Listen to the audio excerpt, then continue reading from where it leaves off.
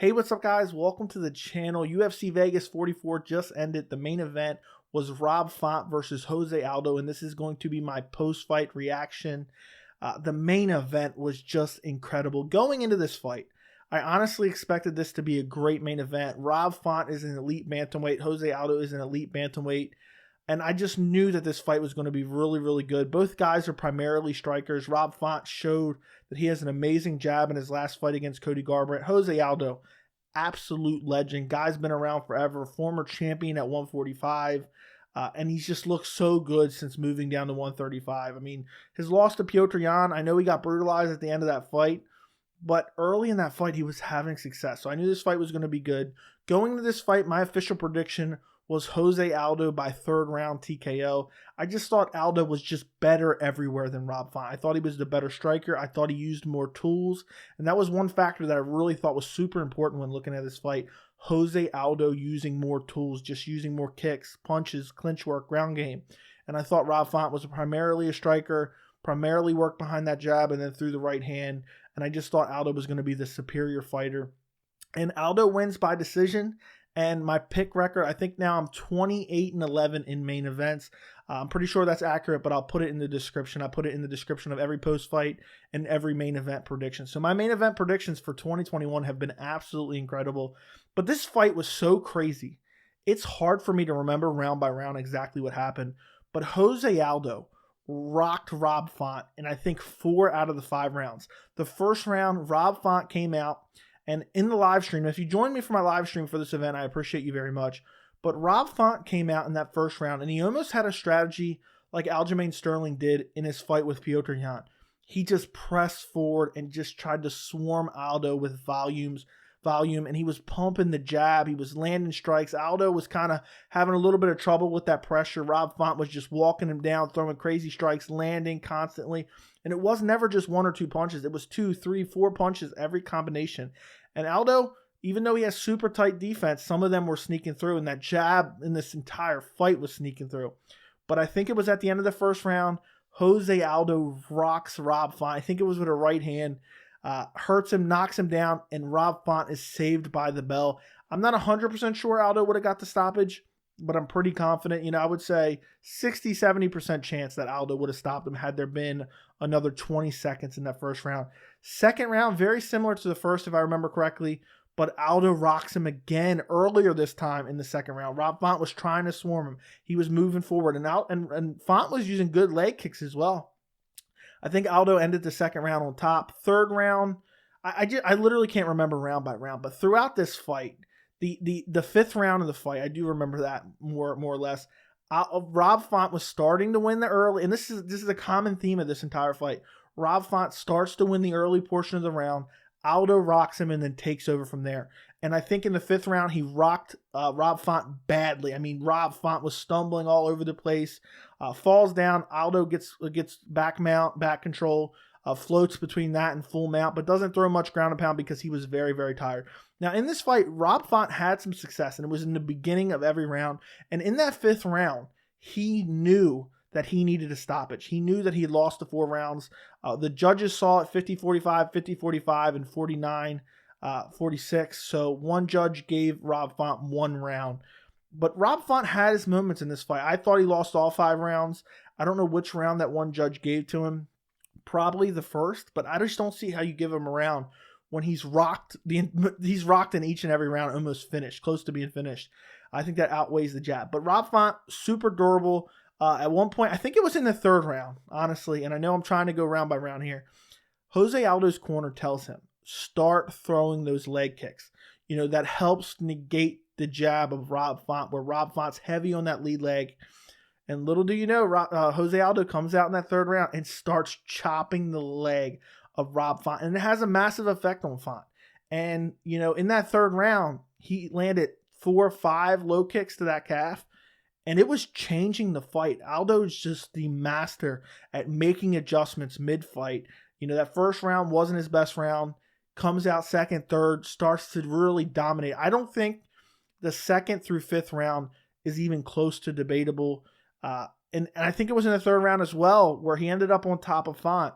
And the round ended, Aldo in this fight, Every time he got on top of Font, I think he showed that he was the superior guy in the jiu-jitsu, but he wasn't doing a lot of damage. And I think a lot of those moments he was resting in. And I think that was key for him in this fight. And during my live stream, I said when Rob Font came out with this heavy pressure style, I said if he can't keep the pressure up this much for the entire fight, then I don't know how he's going to survive against Jose Aldo, because the volume was just incredible from Rob Font from the start. And if you start to fade a little bit against Jose Aldo, he's going to take over. And I know people question the cardio of Jose Aldo, but he wins the 5th round. And I know he was tired. I know he spent a lot of time resting on top. And I really think that was the key to victory for Jose Aldo in this fight. Those 3rd, 4th, and 5th round, I think it was, where he was able to get on top of Rob Font and kind of rest, make it to the next round, clearly win that round because he won, hurt him on the feet, then ends up on top of him in the ground. I think in the 1st round also, Rob Font had a takedown on Aldo, but wasn't able to hold him down for very long. Aldo just has such good takedown defense. I didn't think he was expecting that from Rob Font. But Aldo's just, I know I talked about this in my pre-fight prediction. When Aldo comes in and he's dialed in, he is just one of the scariest fighters on the entire roster. And in this fight, he just looked dialed in. The head movement looked good. The boxing looked good. The leg kicks looked good. The ground game looked good. He was floating into full mount. Rob Font was getting him back to half guard. He was floating back to full mount. He had to back mount in the 5th round, even when he's really, really tired. I was really scared, actually, in the 3rd round, because when Aldo ended up on top of him at the end of the round when he got up, because Font was throwing some shots from his back. But when Aldo got up, and I think it was in the 3rd round, Aldo's eye was almost completely shut. And he went back to his corner, and the doctor was trying to look at it, and they were icing it up. And then the doctor looked at it and said, "Is your eye okay?" He said, "Yeah." And the doc just disappeared. So luckily he didn't hold any fingers up, because at that point, Aldo's eye looked terrible. It got better as the fight went on. I don't know how that's possible. I guess the corner was doing a good job of it. But then in the 4th round, I think it was, Rob Font's eye started to look absolutely terrible. Aldo hurts him badly again, follows up with nasty strikes, and Rob Font's eye just looked terrible. The 4th round ended with Aldo on top of him. And Font, I got to give it to him. There's guys that I talk about who end up on their back, and they do not, they're not just quitting in that position and just waiting for the next round.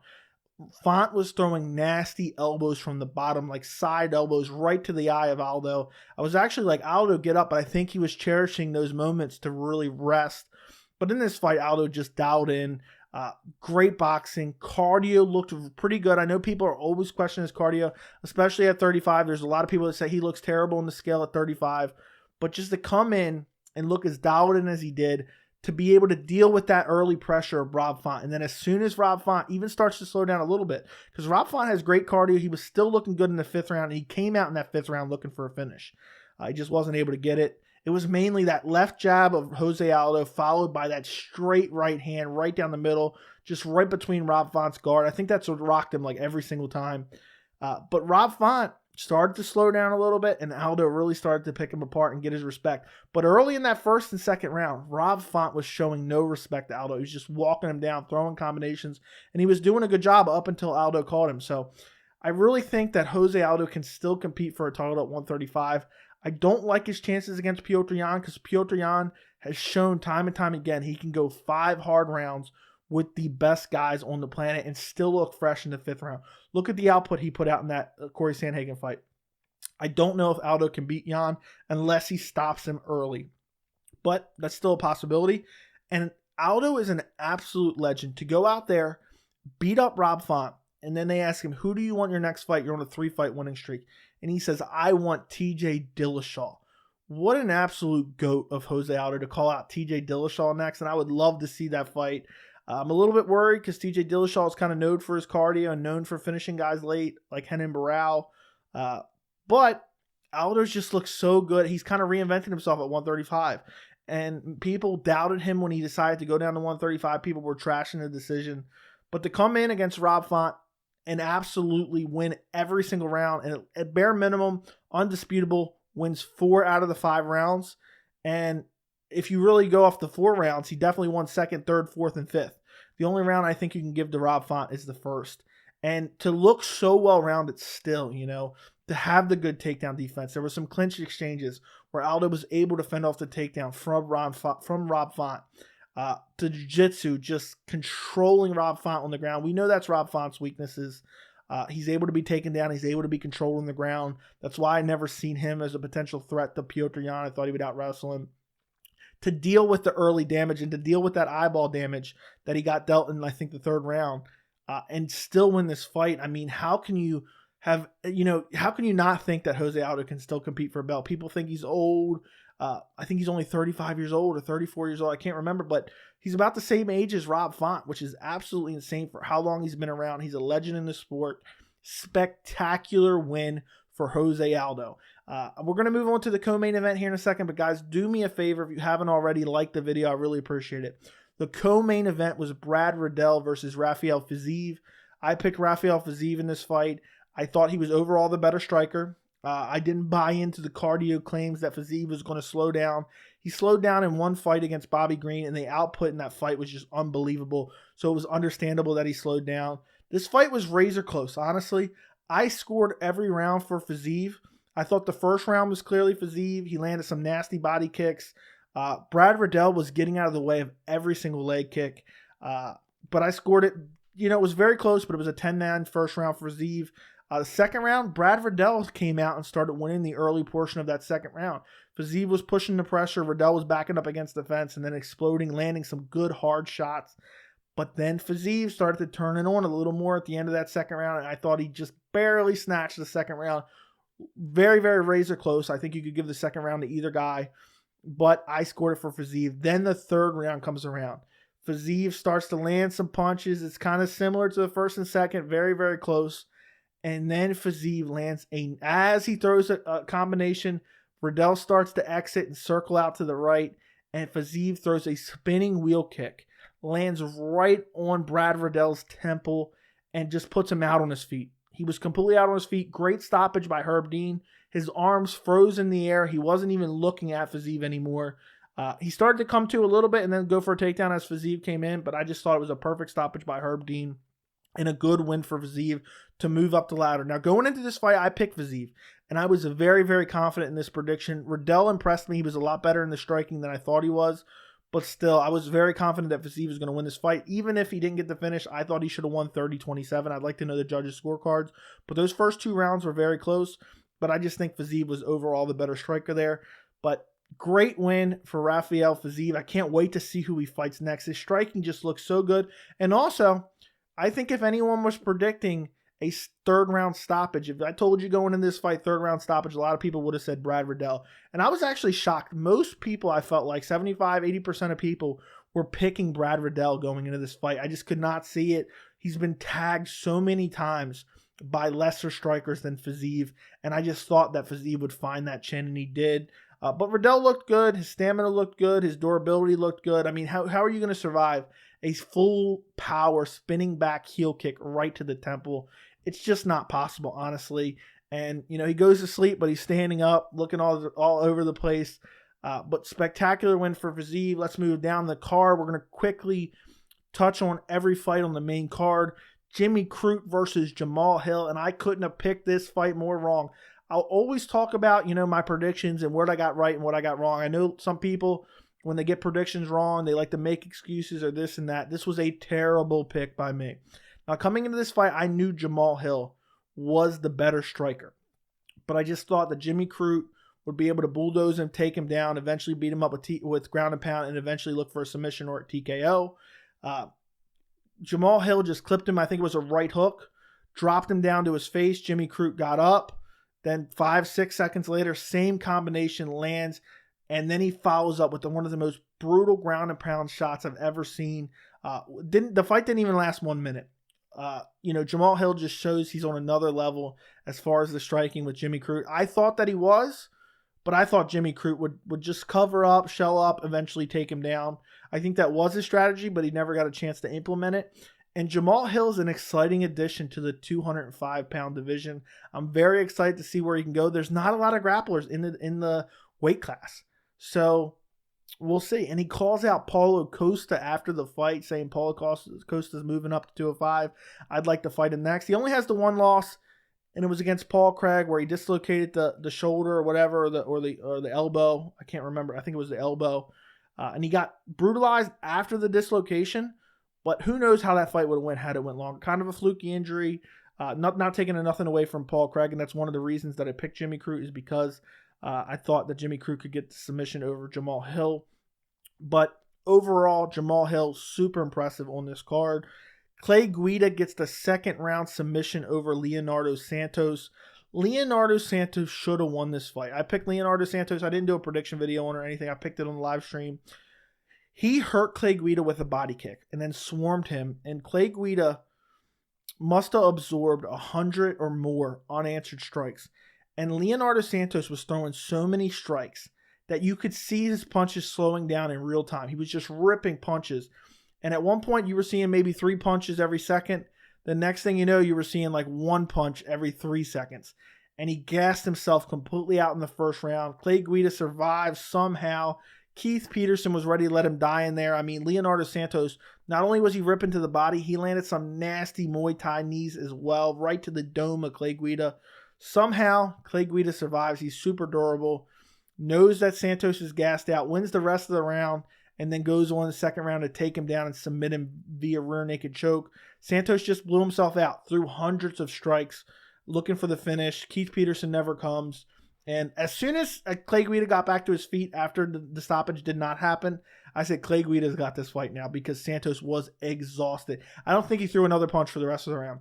Moving down the card, Brendan Allen versus Chris Curtis. I picked Chris Curtis in this fight. This guy just loves taking short notice fights and getting upsets. Brendan Allen was a heavy favorite in this fight. Chris Curtis comes out. I thought he won the first round. It was a very close first round, back and forth. Second round, I think he clipped him with a right hand, follows him to the fence, just starts swarming him with punches up against the fence, drops him, and the referee jumps in via TKO. Second round, I think it was in the first 2 minutes of the second round. What a performance by Chris Curtis. To go out there a month ago and finish Phil Hawes on short notice, then come in and finish Brendan Allen. And a lot of people were picking Brendan Allen in this fight. And, they just thought, this guy's stepping in on short notice. I just thought, as many short notice fights as this guy's taken and he gets the big upset against Phil Hawes, how can you doubt him against Brendan Allen? I think Brendan Allen's a little bit overrated, in my opinion, just from the hardcore fans. I think a lot of people think he's better than he is. I'm sure he'll bounce back. He rolled for a knee bar, I think, in the first round. And it was a very even fight until that point. And then Chris Curtis ended up on top and landed some ground and pound shots, which I think really sealed the fight or sealed the first round for Chris Curtis. So let's move on to the last fight. And I'm not going to spend very much time talking about this fight at all. Worst fight on the main card, without a doubt. Alex Morono versus Mickey Gall. Alex Morono wins by decision. A lot of sloppy striking, no real grappling in this fight. I think Mickey Gall shot for a couple takedowns, but he didn't get them. It's hard to remember this fight. It was a very forgettable fight, honestly.